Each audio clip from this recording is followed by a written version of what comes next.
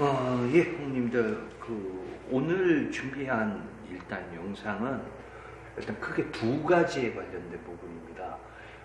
굉장히 요즘에 뭐 학원들도 많고, 그 다음에 중고등에 관련된 제반적인 그런 어떤 정보들도 굉장히 많이 접하실 수 있을 텐데요. 개중에는 고등에 대한 부분들에 대한 내용들을 정확하게 모르는 상태에서 막연하게 그 학원의 마케팅에 속아서 고등을 대비해서 이런 것들을 준비해야 됩니다. 뭐 이런 것들을 조금 잘못 하시는 경우가 많더라고요. 그래서 일단 중고등 영어를 제대로 준비하려면 결국 좋은 대학을 가기 위해서는 중고등학교 때 영어에 대한 부분을 제대로 준비를 해야 되는 것들이 필요하거든요. 그런 부분들에 대해서 같이 얘기를 하면서 그런 관점에서 그 수많은 학원들 중에서 어떤 학원을 어떤 기준점으로 선택해야 되는지 이런 부분들에 대해서 상세하게 조금 얘기를 하나하나 풀어가도록 해보겠습니다. 예, 안녕하세요. 조쌤입니다. 저는 아시다시피 초등학교 5학년 빠르면 이제 말부터 해서 중학교 3학년 때 중학교 3학년까지 전체 인원을 거의 한 100명 이상 관리를 하다 보니까 제가 제일 중요하다고 생각하는 거는 일단 아이들하고 호흡을 맞춰서 아이들 실력, 영어 실력을 근본적으로 올려주는 게 제 1차적인 가장 소임이라고 생각을 하거든요. 근데 간혹가다 이제 어머님들하고 상담을 하거나 혹은 더 많은 어머님들하고 상담을 하고 싶은데 거의 이제 매일 풀 연강을 하다 보면은 어머님들하고 대화할 수 있는 기회도 굉장히 조금 적고, 어머님들이 특히 이제 첫애가 이제 갓 초등학교 6학년이거나 이제 곧 중학교에 들어가는 경우에는 어머님들도 경험이 없으시다 보니까 전체적인 방향성을 잘 못 잡으시는 분들도 의외로 많더라고요. 그래서 제가 이제 기존에 여기저기 만들었던 그 자료들을 유튜브 조금 유튜브에다가 조금 일괄적으로 다시 다 정리해서 다시 올려서 어머님들하고 상담하는 내용들 위주로 제가 꼭 전달하고 싶은 부분들을 조금 전달하고자 일단은 새로 영상을 조금 찍고 있습니다.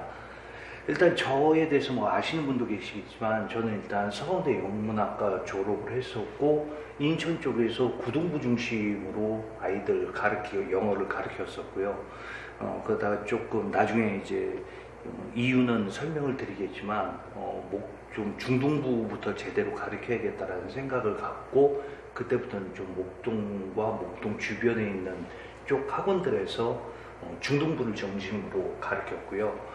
그러다가 여기 지금 상현동 쪽으로 와서 가르치기 시작한 건 한 지금 4년차 돼가고 있는 것 같아요. 초등학교 5학년 11월 그 전후부터 해서 빠르면 그 아이들, 그 다음에 중학교 3학년까지 서원, 소현, 명수는 적지만 이현, 상현, 성서 여러 가지 아이들을 조금 가르치다 보니까 다른 지역하고 또 이 지역하고 조금 다른 그런 어떤 차이점들도 있고 의외로 어머님들이 잘 모르시는 부분들도 있어서 전체적으로 영어를 어떻게 공부해야 되는지 학원은 어떤 부분으로 골라야 되는지 이런 부분들을 오늘은 좀 중점적으로 설명을 조금 드리려고 합니다. 저희 때는 솔직히 경제 여건이 그렇게 썩 좋지도 않았고요. 그리고 학원이나 과외나 이런 것들이 활성화된 세대는 아닙니다. 그래서 저희가 이제 중고등학교 때 공부를 잘하는 아이들, 이런 아이들을 보통 보면 통째로 외우고 많은 학습량을 퍼부어서 그냥 외우고 많은 문제를 푸는 그 과정 속에서 스스로 정리되고 응용력이 생기기를 기대하는 그냥 말 그대로 양으로 몰아붙였던 그런 방법을 썼었습니다. 그래서 그걸 극단화한 표현이 사당오락, 4시간 자면 대학 합격하고 5시간 자면 떨어진다라는 말로 대변하는 양으로 승부하는 그런 공부를 했었죠. 근데 문제가 이제 단순한 암기로 그칠 경우에는 이해나 응용력 부족으로 변형 문제가 풀리기는커녕 문제 분석 자체도 못해서 시작도 못해보는 그런 경우도 왕왕 발생했고요. 그리고 뭐 영어에서는 뭐 성문 종합, 수학에서는 정석, 책을 전체를 통째로 외워버리는 단순무식한 방법으로 사실은 예전에 공부를 많이 했었던 것 같습니다. 하지만 시대가 흘러가면서 방법도 많이 질적으로 변화가 됐거든요.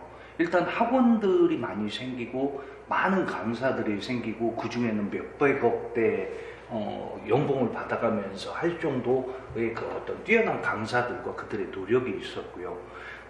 많이 좋은 교재도 생겨나고 많은 공부법에 대한 연구도 그가 많이 이루어졌습니다.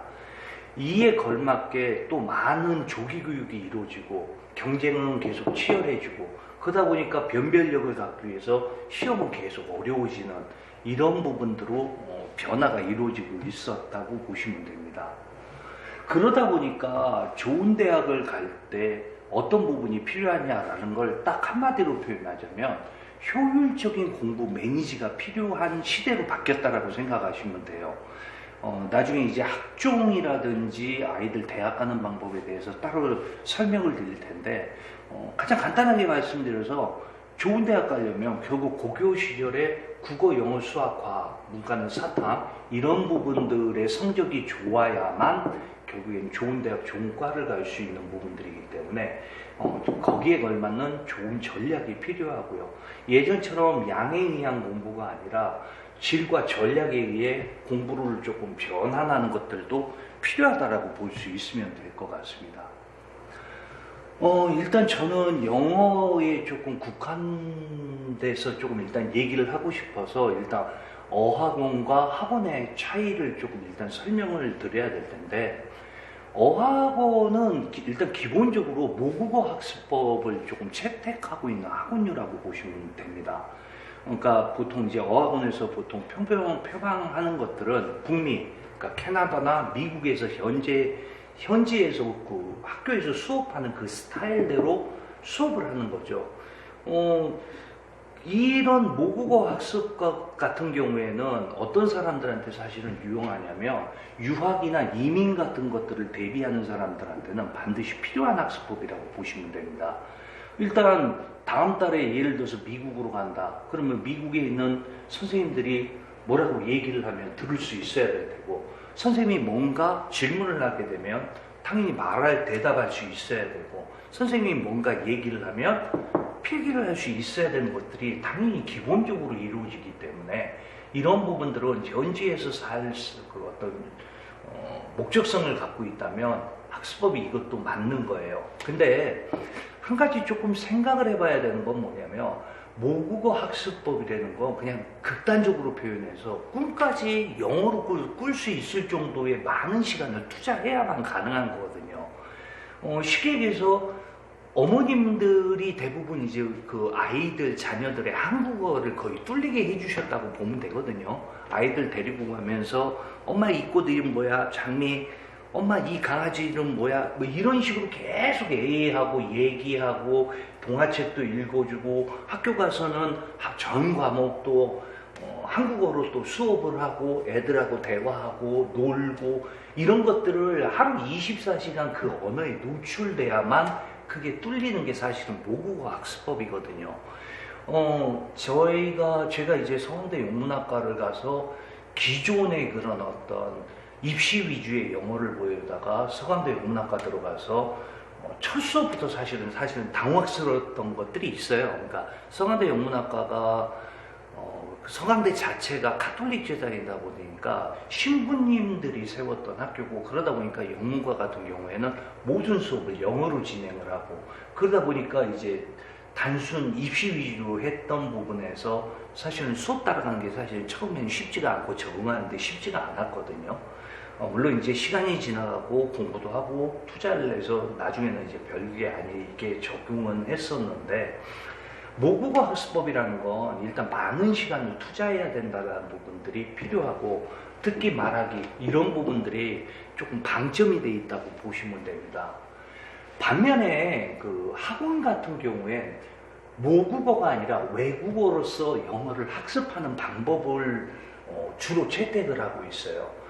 결국에 굳이 나누자면 학원은 그냥 좋은 대학 가기 위해서 중고등학교 때 내신 성적이 잘 나오고 아이가 원하는 대학과 학과를 가는데 걸림돌이 안 되기 위해서 배우는 영어를 중점적으로 다루는 게 학원에서 하는 거거든요. 결국 내신이나 수능 베이스로 돌아갈 수밖에 없는 형태고요. 그리고 우리나라 중고등학교의 영어의 교육의 어떤 목적성이라고 본다면 결국 아이들이 대학에 다니게 되면 원서를 가지고 공부를 하는 경우가 많거든요. 그럼 영어 원서를 읽고 해석해서 무슨 의미인지를 파악을 못하면 대학교 때 수업 따라가기가 되게 어렵거든요. 그래서 그런 부분에 독해가 굉장히 중심이 되는 거라고 생각을 하시면 됩니다. 물론 듣기 같은 경우 나중에 수능 시험에서 1번에서 17번 문제 듣기 문제거든요. 근데 사실은 그게 별로 의미가 없는 게 그 지문 자체가 고3 때 보는 수능의 1번에서 17번까지 그 듣기 문제가 그냥 중학교 3학년 정도의 스크립트라고 생각하시면 됩니다.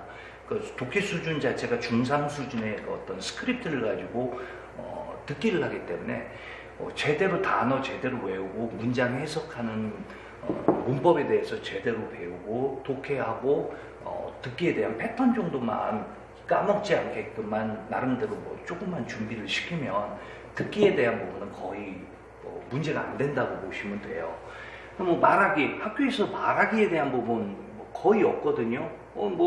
어떤 학원 같은 경우 학원에서는 중등고등학교 때 수행을 한다고 하는데 거의 애들 필요한 부분들 다 준비해서 발표를 하고 수업 자체를 거의 안 하기 때문에 결국에는 학원에서는 대학 가기 위한 시험에 대한 영어를 중점적으로 배우고 독해가 가장 핵심이다 이렇게 이해를 해주시면 될 것 같습니다. 일단 제가 생각에는 좀 목적성이 약간 좀 다른 거라고 생각을 하시면 됩니다. 자, 영어에 있어서 바라보면 아이들이 흔히 말해서 초등학교 땐 영어 천재, 중학교 가서는 그저 그냥 보통이네, 고등학교 가면 영포자, 보통 이렇게 흔히 어머님들이 표현을 하시거든요. 그게 사실은 커리큘럼에 다 그런 이유가 녹아 있어요.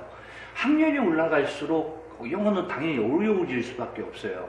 우리나라 교육은 교과부에서 정한 대로 수업을 하고 시험을 봐야 되는데 교과부에서 정의 내리던 부분은 뭐냐면 초등 때는 800개의 단어 범위 내에서만 수업을 하게 되어 있습니다. 근데 요즘에는 영유부터 시작해서 초등 때부터 열심히 공부하는 애들도 워낙 많아서 I love you 이런 단어들이 섞여 있는 그런 단문장 중심으로 수업이 이루어지는 초등 단어를 모르는 애들 거의 드물거든요. 그러니까 아이들이 단어에 막히지 않기 때문에 아이들이 영어가 그렇게 크게 어렵지 않다라고 느껴지는데 중학교에 들어가면 이 800개는 기본으로 쓰인 상태에서 2000개 정도의 단어가 늘어납니다. 그리고 고등학교에 아이가 들어가면 2800개는 기본으로 쓰인 상태에서 3000개 정도가 늘어나게 돼 있어요. 그러니까 나중에 고등학교 3학년 되는 시점 정도에 일반고를 가는 학생의 경우에 6000개 정도의 단어를 알고 제대로 자기 걸로 만들어야 수능과 내신에서 1등급이 나올 수 있는 정도의 독해 능력이 됐다라고 보통 표현을 합니다. 이 외에 굉장히 어려운 단어가 예를 들어서 지문으로 쓰인다. 그럼 이렇게 별표 쳐서 단어와 뜻을 독해에서 제공을 하게 돼 있거든요. 그래서 요즘에는 10% 정도, 여기서 10% 정도 전후의 그 어떤 단어들 정도가 추가로 조금 나오고 있는 성향은 있는데, 일단 단어의 형태는 이런 형태로 가고 있어요. 그러니까 계속 늘어나는 단어를 자기 걸로 만들지 못하면 단어를 모르는데 들릴 리도 없고 쓸 수도 없고 문법 문제 알아도 못 맞출 수 있고 해석은 더더욱 안 되겠죠. 그래서 모든 외국어는 단어에서부터 시작하기 때문에 단어를 까먹는 속도보다 외우고 반복하는 속도를 늘려주면 단어는 그냥 성실하게 성실성에 의해서 잘 쌓인다고 보시면 됩니다. 이게 이제 문법에 대한 것들이 또 문제인데 초등학교 때는 학교에서 문법을 배우진 않아요. 그냥 간단한 단문장 중심으로 재미 중심으로 영어를 배우는데 중학교 1, 2, 3학년 과정, 그 다음 고등과정에선 문장의 법칙, 문법, 이제 등장을 하는 거죠. 중학교 1학년 때 1학년 과정의 문법을 그냥 한마디로 표현드리면 초등 때 배웠던 문법을 총 정리하면서 어떤 절이나 어떤 구에 대한 개념을 추가로 20% 정도 더 배우는 과정이 중학교 1학년 과정이라고 생각하시면 됩니다. 중2 과정은 이 중1 과정을 다 안다는 전제하에 관계대명사, 수동태, 현재 완료, 분사 이런 형태의 새로운 개념들을 확장해서 40% 정도 추가로 배우는 과정이고요.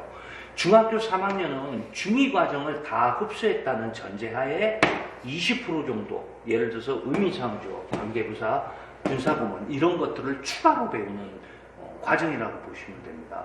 나중에 아이들이 고등학교 때 배우는 문법이라는 건 사실 별거 아니에요. 중 1, 2, 3 문법을 다 안다는 전제하에 한 20% 정도의 심화 과정이나 예외 과정, 예외 사항들을 추가로 배우는 게 고등 과정의 문법이라고 생각하시면 됩니다. 문법이라는 건 사람들이 조금 잘못, 가르치는 선생님들도 조금 잘못 이해하는 경우가 많은데, 문법이라는 걸 한마디로 요약하면 한 문장을 정확하게 해석하는 방법을 배우는 게 문법이거든요. 보통 8개 정도의 문장으로 구성된 한 패러그래프를 읽고 그 글을 읽고 나서 그 글 쓴 사람이 그 글을 통해서 어떤 요지를 전달하려고 하는지에 대한 주제를 찾는 게 독해의 핵심이거든요. 근데 단어가 막히고 한 문장 한 문장이 해석이 안 되면 독해가 될 리가 없죠. 그래서 독해를 제대로 하기 위해서는 가장 기초적인 과정에서 단어 성실하게 외우고 그다음 문장을 정확하게 해석하는 방법을 배우는 것들이 레벨이 낮을수록 굉장히 중요한 과정이라고 이해를 해주시면 됩니다.